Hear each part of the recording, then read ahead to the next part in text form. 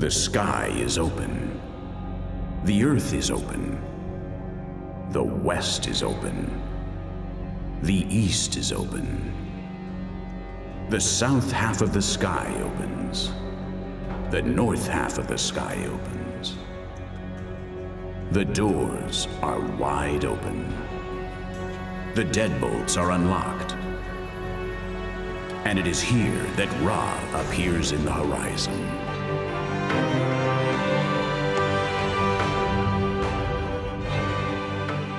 This litany allowed the already purified deceased to accompany Ra in his solar barge as he traveled the firmament in search of the sun god. It belongs to the most popular of the sacred texts of ancient Egypt, the Peri Emru, the Book of Coming Forth by Day, more famously known as the Book of the Dead. Those texts were written 1,500 years before Christ, at the beginning of what was called the New Empire, a time when ancient Egypt reached its maximum splendor. But in fact, they originated from older texts. The Book of the Dead is a recompilation of several funerary writings that the ancient Egyptians had already started to carve in tombs and temples 5,000 years ago.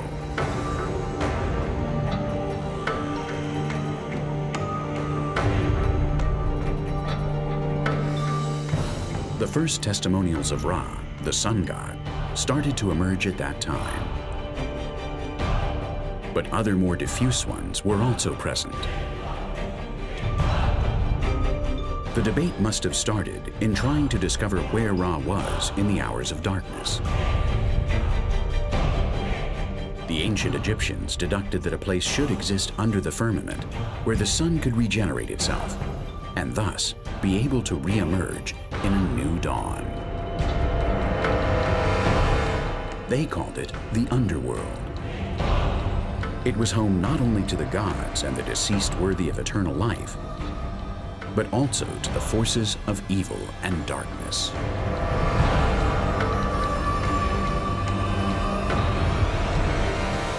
It's the eternal struggle between good and evil, light and darkness, life and death.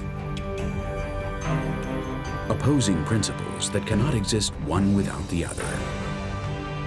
Maintaining the balance between the underworld and the real world was the main concern of the ancient Egyptians. A disruption of that harmony would destroy their existence and subsequently their greatest ambition, eternity.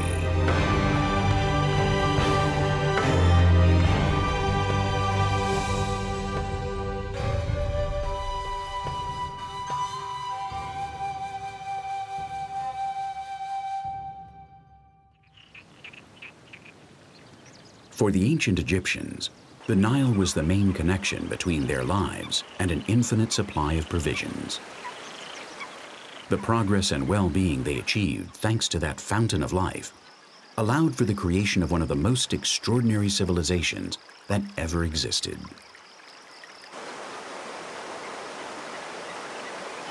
But its waters hid an underworld of darkness and mystery for its first settlers. The Nile was one of the spiritual paths that combined life and death, the real world and the underworld.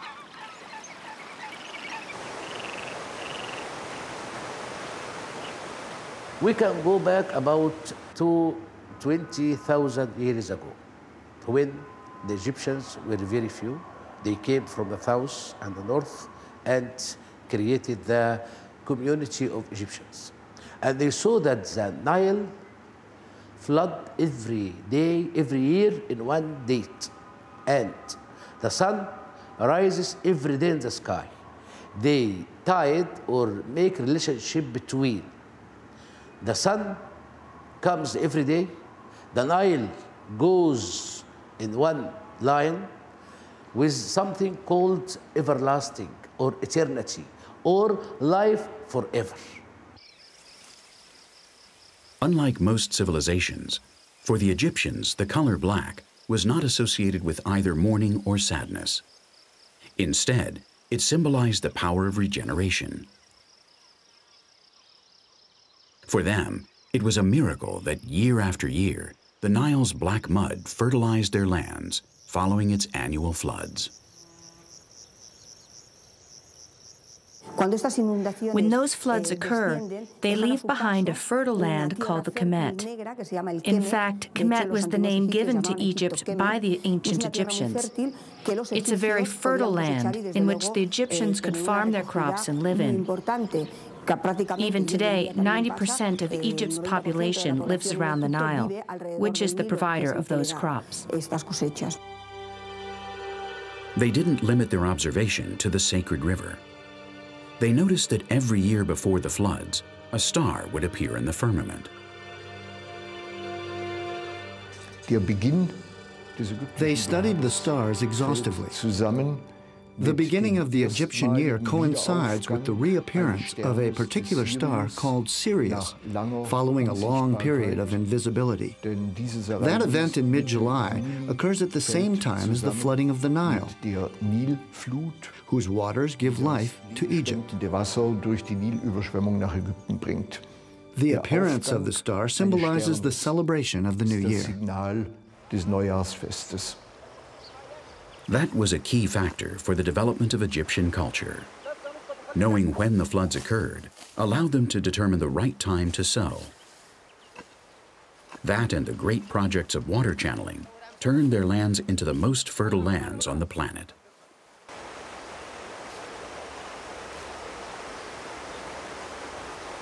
The main application of that knowledge was the development of the first and most perfect calendar ever made in ancient times, and which is still the basis for the one we handle today.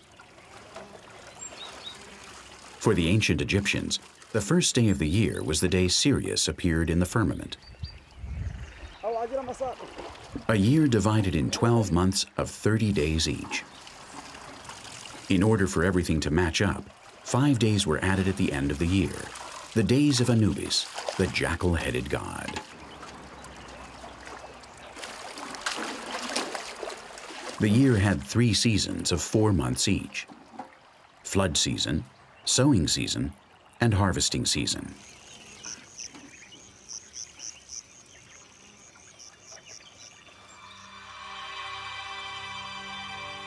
Two stellar phenomena have been proven to set the rhythm of the Egyptians' life.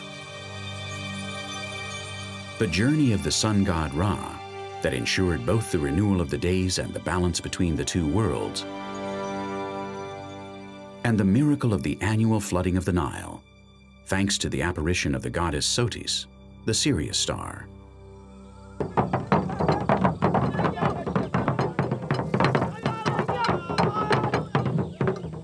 The Dogon people of South Mauritania also relate Sirius with their crop cycles. This dance belongs to Bulu, a ceremony to favor the fertility of the land before the first rains. Most civilizations have personified in supernatural entities the powers of creation and the forces of nature responsible for their survival. And all of them have tried to communicate with their gods or even transport themselves to the place where they live.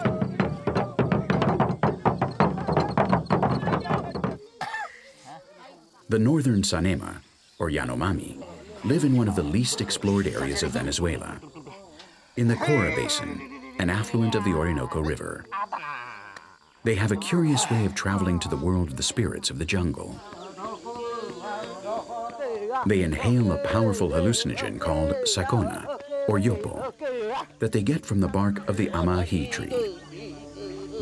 It's with that they can find their morsby, the part of the soul that lives in a protective animal.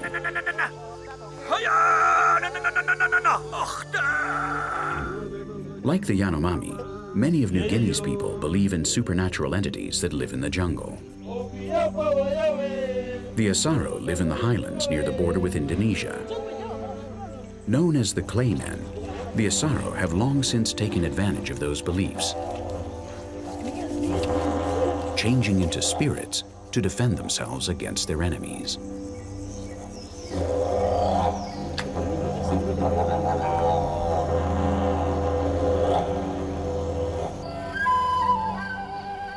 On Isla del Sol, in Lake Titicaca, the Yatiri pays homage to Tata Inti, the sun god. At dawn, the holy fire's smoke rises, invoking Viracocha, the Inca god that created the world from this island. Man prayed for the sun to come out every day, but also wondered if it could come out on its own.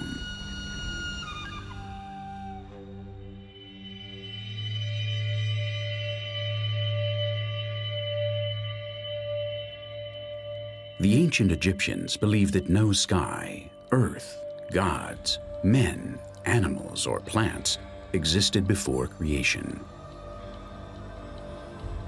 There was only an immense void they called none that contained Atum, the beginning of all things. In the 19th century, a curious papyrus was found in the excavations of ancient Thebes, in which Ra himself describes his own creation. It was I that came into existence, like Jepri. When I came into existence, being came into existence. And all beings came into existence after I came into existence. The Bremner Rind Papyrus and the primitive texts of the pyramids were the first representations of the Egyptians on the world's creation and the origins of the gods.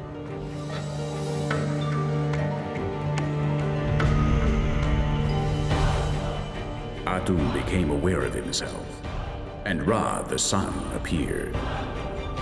Then he named Shu, and the winds started to blow. Afterwards, he called out Tefnut, and it started to rain. Shu and Tefnut had two children, Geb, the earth, and Nut, the sky. Since Geb and Nut got married, Nut is always over Geb, the sky over the earth. The stars were born from their union. Geb and Nut begot Osiris, Isis, Seth, and Nephthys, and they spawned the multitudes that inhabit this land. When Ra, or the demiurge, created the world, he established order and justice, and cast the forces of chaos to a distant, separate plane of that ordered world. That just world that Ra created, and where obviously gods and men also appeared. Nonetheless, those forces of chaos that stayed just outside of the perfect world created never ceased to threaten Ra and the order established upon creation. In their eagerness to understand the world around them, the Egyptians started to build a complex magical universe. From the texts of the pyramids, written around 2350 BC, the scribes and priests started to update the texts in accordance with the evolution of the religious ideas, until the Book of the Dead came about in 1300 BC.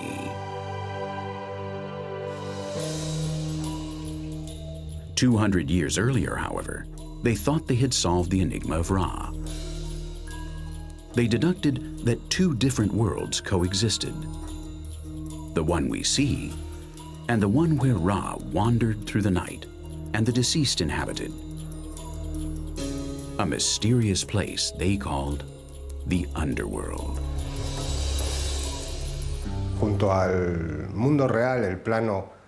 Besides the real world, the plane where their activities took place, the ancient Egyptians believed that there was another world, a world where a series of deities and other beings lived alongside the deceased in different levels of existence.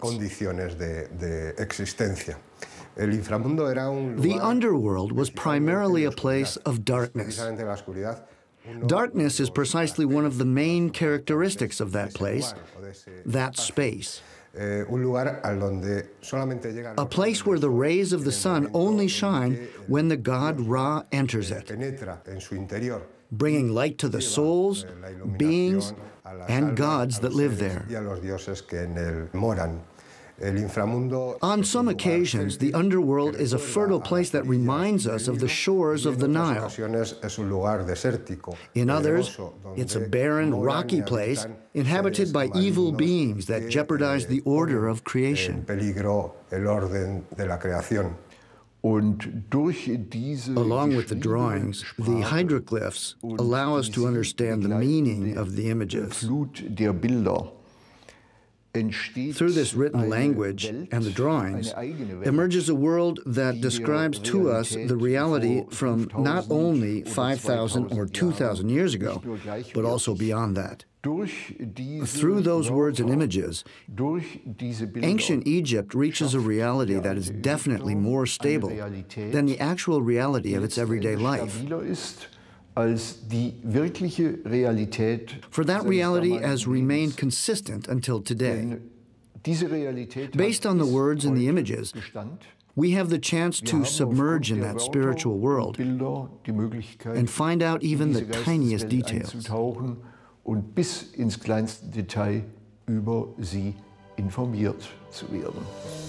The first depictions of the enigmatic underworld are present in the tomb of Thutmose I, a pharaoh of the 18th dynasty, around 1500 BC.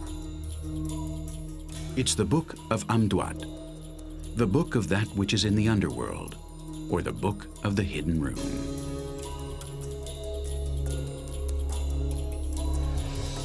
The way they imagined the underworld boggles the imagination.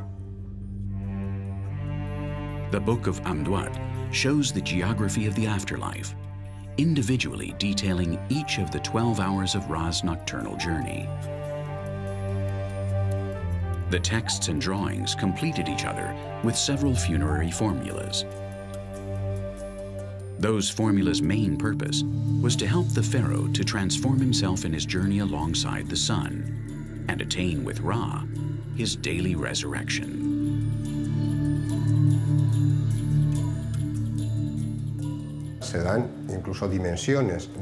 Even the lengths of the regions that the sun god passes through are indicated. Very exaggerated lengths. For instance, from the western door through which Ra enters the underworld and the region of Hermes, the mentioned distance is 120 iterus, an Egyptian distance measurement unit that would correspond to 1,200 kilometers. Ra entered the underworld through the western door of the horizon.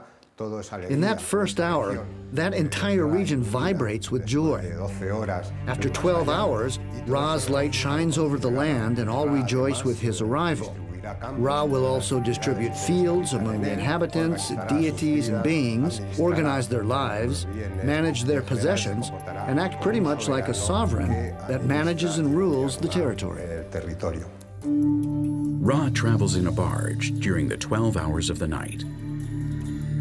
He's actually represented in his Ba, his goat-headed spirit, which is standing under a dossal. Alongside him in his barge, a crew of 8 gods. During the first hours in the barge, Ra navigates through a river that crosses the underworld. But from the 4th hour on, the river disappears, and Ra's barge is towed by ropes powered by the magic of the gods. On the 7th hour, the goddess Isis and the oldest wizard will repel Ra's eternal enemy, the serpent Apep.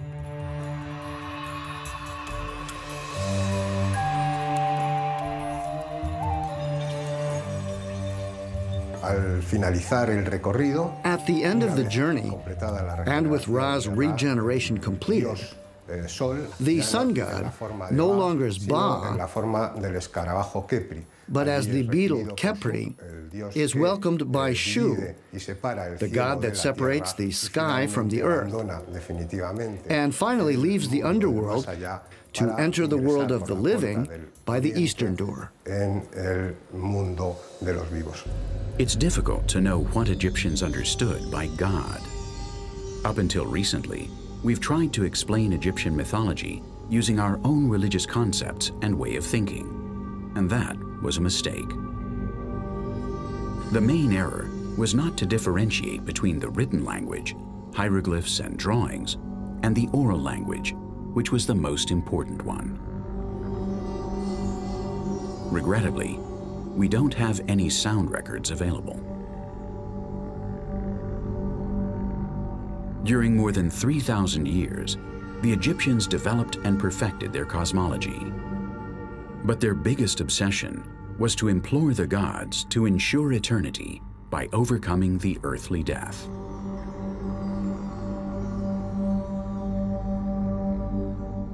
One of the most interesting concepts of the Egyptians' religious ideology was Mat. Mat is order, justice, truth. It's usually represented as a feminine deity with an ostrich feather. But Mat is actually order, just as it was established by the demiurge, or Ra, in the moment of creation. Ancient Egypt was a mythological world in which its inhabitants feared to lose cosmic order. For that would lead them to the primeval chaos and prevent them from achieving their eternal destiny in the magic world of the gods. But in order to maintain the balance between those two worlds and be able to travel between them, they had to use the same tool the gods used: magic.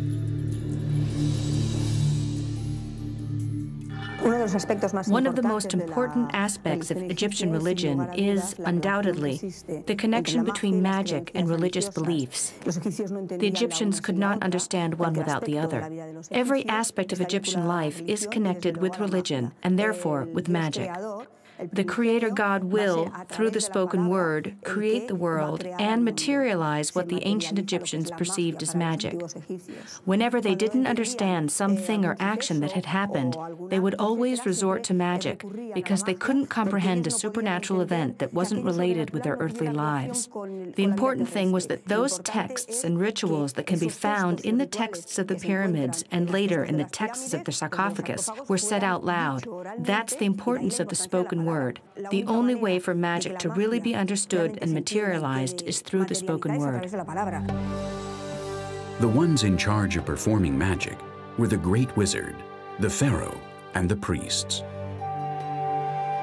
But communication with the gods was limited to the only mortal that possessed the magic powers needed: the living god, the pharaoh. I Musermatre Satapende, Ramses Meriamun. I come from Ra and was created by my father, Menmatre. The Almighty himself made me great when I was a child, until I reigned. The great ones kneeled before me when I was empowered, both as the elder son and as prince heir to the throne of Geb.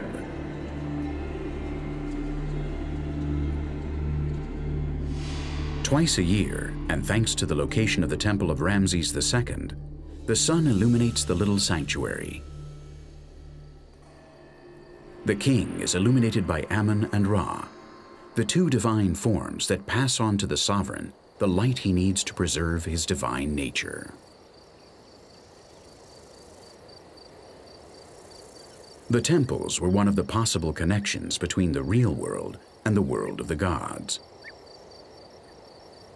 The other one was, of course, the tombs and funeral temples. The rituals and the magical ceremonies had to take place in a space where they could communicate with the gods. A place where the god's material self could be smothered with attentions and worshipped. An Egyptian temple was not a place where the believers went to communicate with their God or pray to him, as it happens in a Christian church or a Muslim mosque. It was the sacred home of the gods. Access to the temple was completely off limits to the common people, who could only enter the first courtyard. The rest of it was reserved to the priests and, of course, the pharaoh. Although the pharaoh was the one in charge of maintaining the universal order and the cult to the gods, the offerings made in the temples actually had to be made by another type of person: delegates of the pharaoh.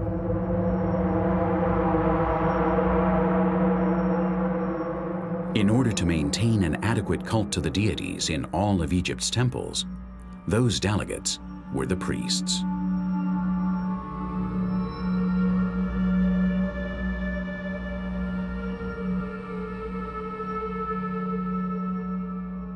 The most important ceremonies and rituals that took place in the Egyptian temples were carried out in this chapel. In the Sancta Sanctorum of each temple, the most recondite and secret place of the cultural building. However, the preparation for the ceremonies and the actual ceremonies themselves started long before dawn. The priest would enter this chamber and approach this tabernacle where the statue of the god was kept. In the precise moment, the sun rays would rise in the horizon.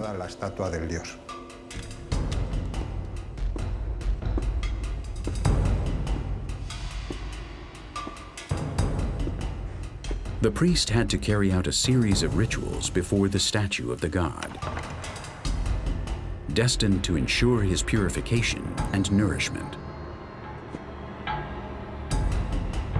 Every day, the clothes and foods of the divine statues were replaced. After the ceremonies were over, the doors of the sanctuary were closed, and the priest would leave the place once all ceremonial proceedings were concluded.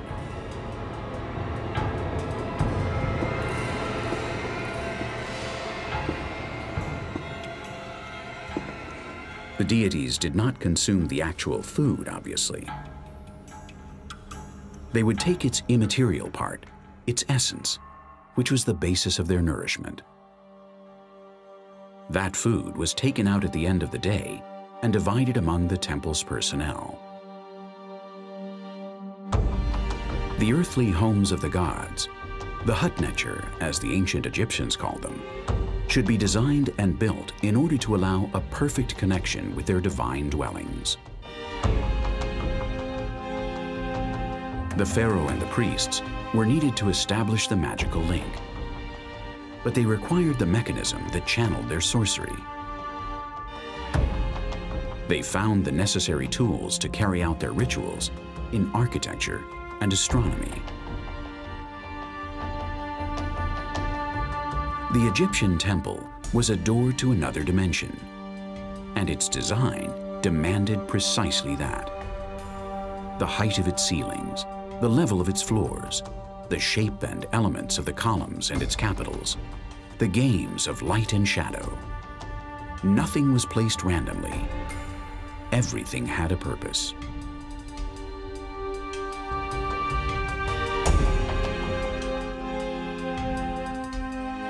Being a divine residence, it should be eternal. Therefore, its placement, direction, and building materials had to be carefully chosen to that end. At first, mud was used, but soon enough, more durable materials started to be used, and that entailed long journeys to get them. The builders didn't limit themselves to creating a home for the gods. The Egyptian temple was also a representation of the world and the cosmos. The explanation for the extraordinary dimensions of the temples of the Nile lies in the ideology of Egypt's mythological architecture. While Greek and Roman classicists built in accordance with the standards of human proportions, the Egyptians built according to godly measurements.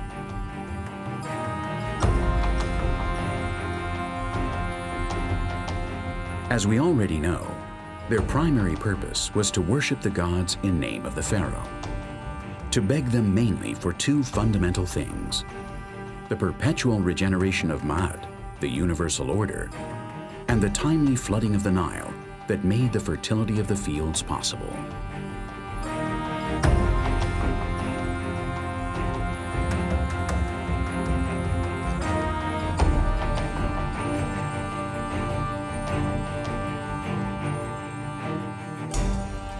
But its mission wasn't limited to the cult. Temples were centers of erudition and wisdom in which the knowledge of magic was formed and initiated, and the sacred writings were kept.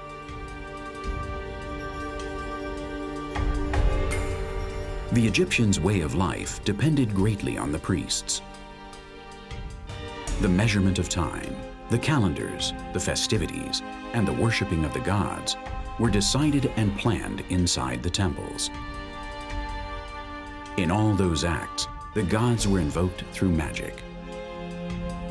It was the way to establish the connection between the celestial dimension and the earthly world.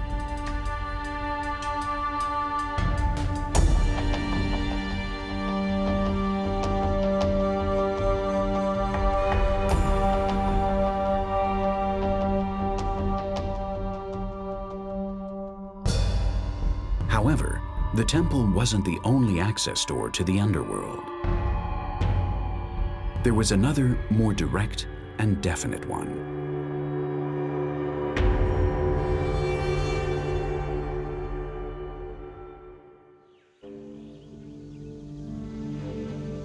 At the eastern end of Papua New Guinea, there's a tenebrous place the natives call the Sacred Rock. From high above, the Kukukuku's mummies watch over this people of fearsome warriors.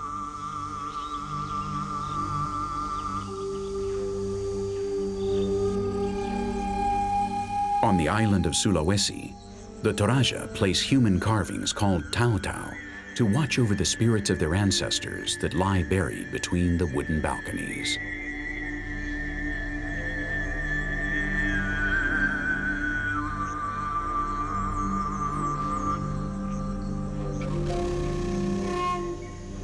Man didn't settle for obtaining the approval of the gods. We know through many cultures that his aim was to go beyond, to try to overcome death, reunite with his creator, and live alongside him forever.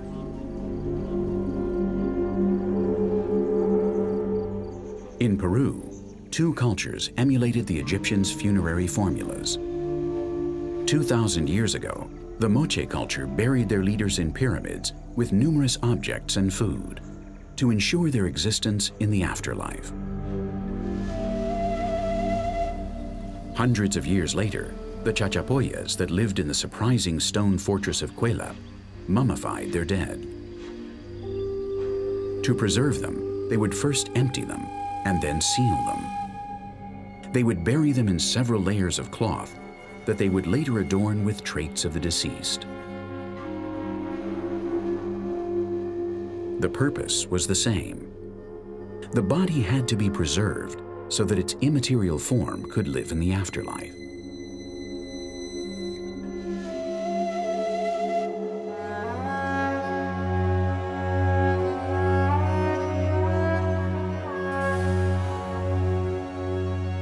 The Egyptians knew that only the magic of the pharaoh and the priests could carry out supernatural deeds and acts. It was thanks to that magic that the universal order was maintained. But its power could also help man to achieve his longed-for desire.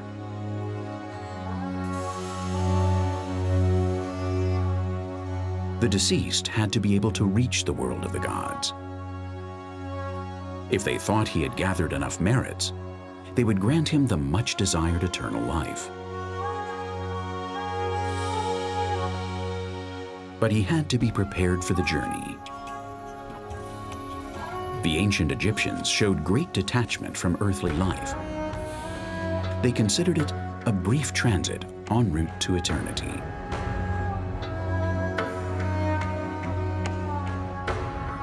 Now we can say that the most important thing for them, that's the life after this, not the real life. Real life was just temporary life for go to heaven, for the life after this.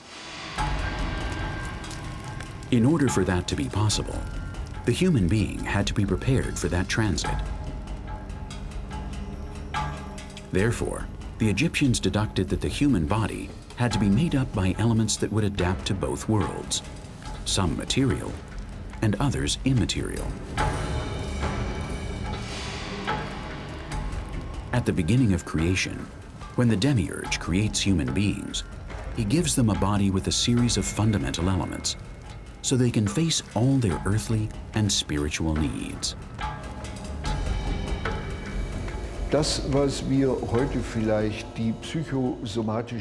What we nowadays call the psychosomatic state was referred to in ancient Egypt through several terms.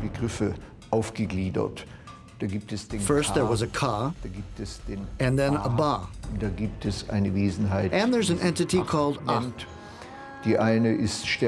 Some of them are connected to the physical survival after death, and others to the immortality of the soul. They're complex visions that differ greatly from our Western line of thought, in which we like everything to have its precise name.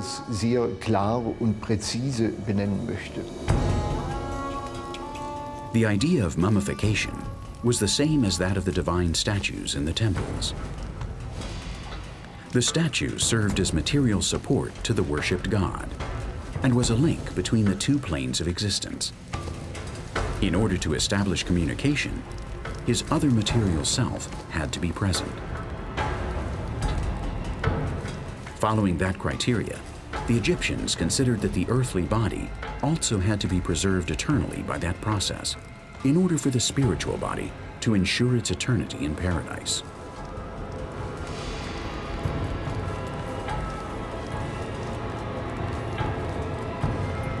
Once embalmed, the deceased had to be prepared for the sacred journey. Im Zusammenhang der Bestattungszeremonien, wie sie in vielen Gräbern, in what concerns the burial ceremonies, Papyri dargestellt, as they are described in many tombs and papyruses, als eine der zentralen Handlungen die a crucial act is what is called the opening of the mouth.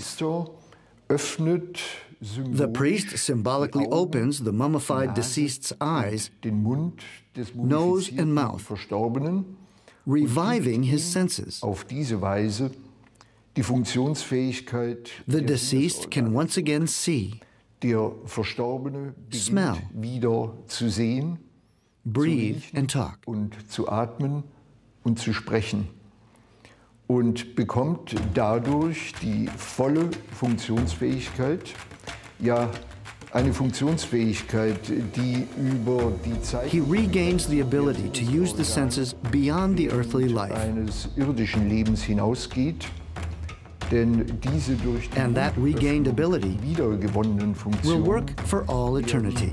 für die Ewigkeit funktionieren. Der Verstorbene The deceased wird can dadurch live eternally. alle Ewigkeit lebensfähig und aktionsfähig.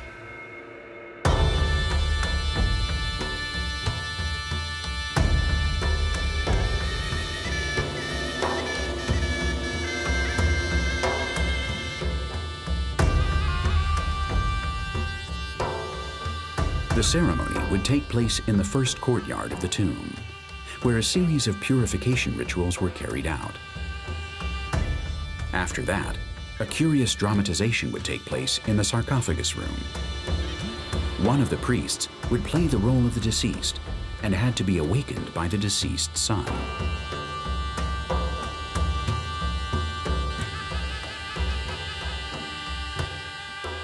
Some interesting ritual instruments were used in the shape of adzes, knives, and cotton swabs.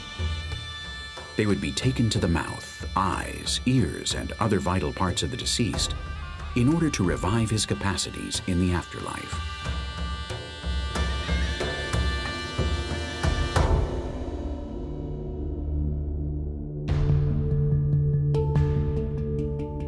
Once in the afterlife, the deceased had to face the judgment of Osiris, the god of resurrection. Before 42 judges, he had to prove his moral integrity, what is called the negative confession of sins.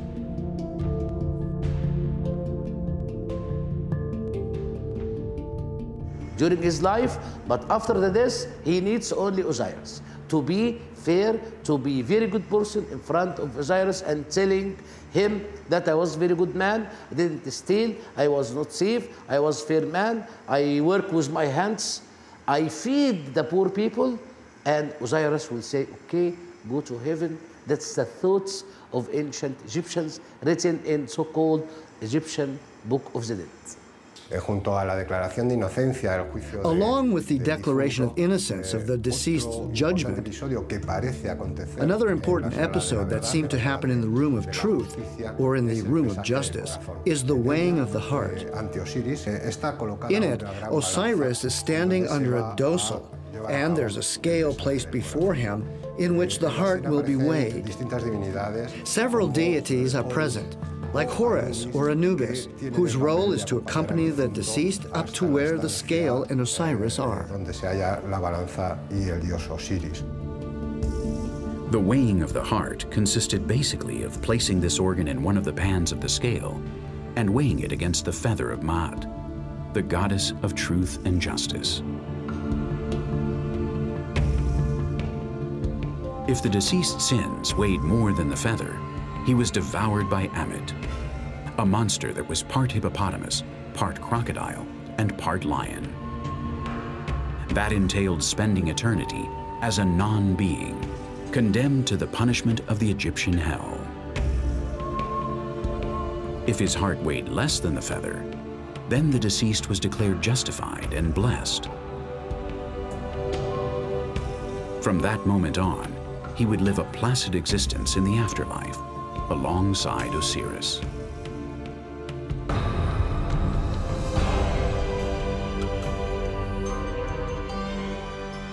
The magnificent constructions that we see today along the valley of the Nile have undoubtedly achieved the purpose of their creators. The ancient settlers of Egypt loved the earthly life's beauty, but only as a brief transit en route to the true immortal existence.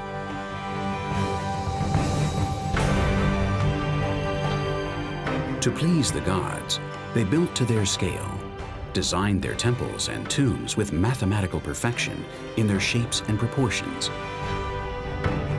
and aligned their contours with the sun and other heavenly bodies. Their obsession was to maintain the cosmic order at all costs. They could not permit everything to return to the primeval chaos. To that end, they learned to use language and the magic power of the gods and communicated with them. They discovered where the sun went at night and how it managed to come out each morning. And most importantly, they discovered how to access the underworld to be alongside the gods for all eternity.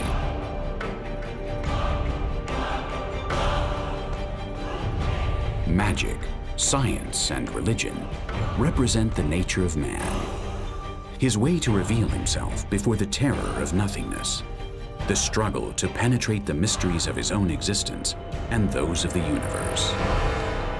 It's a mixture of strange seduction and scary unease that not only makes him aware of his insignificance,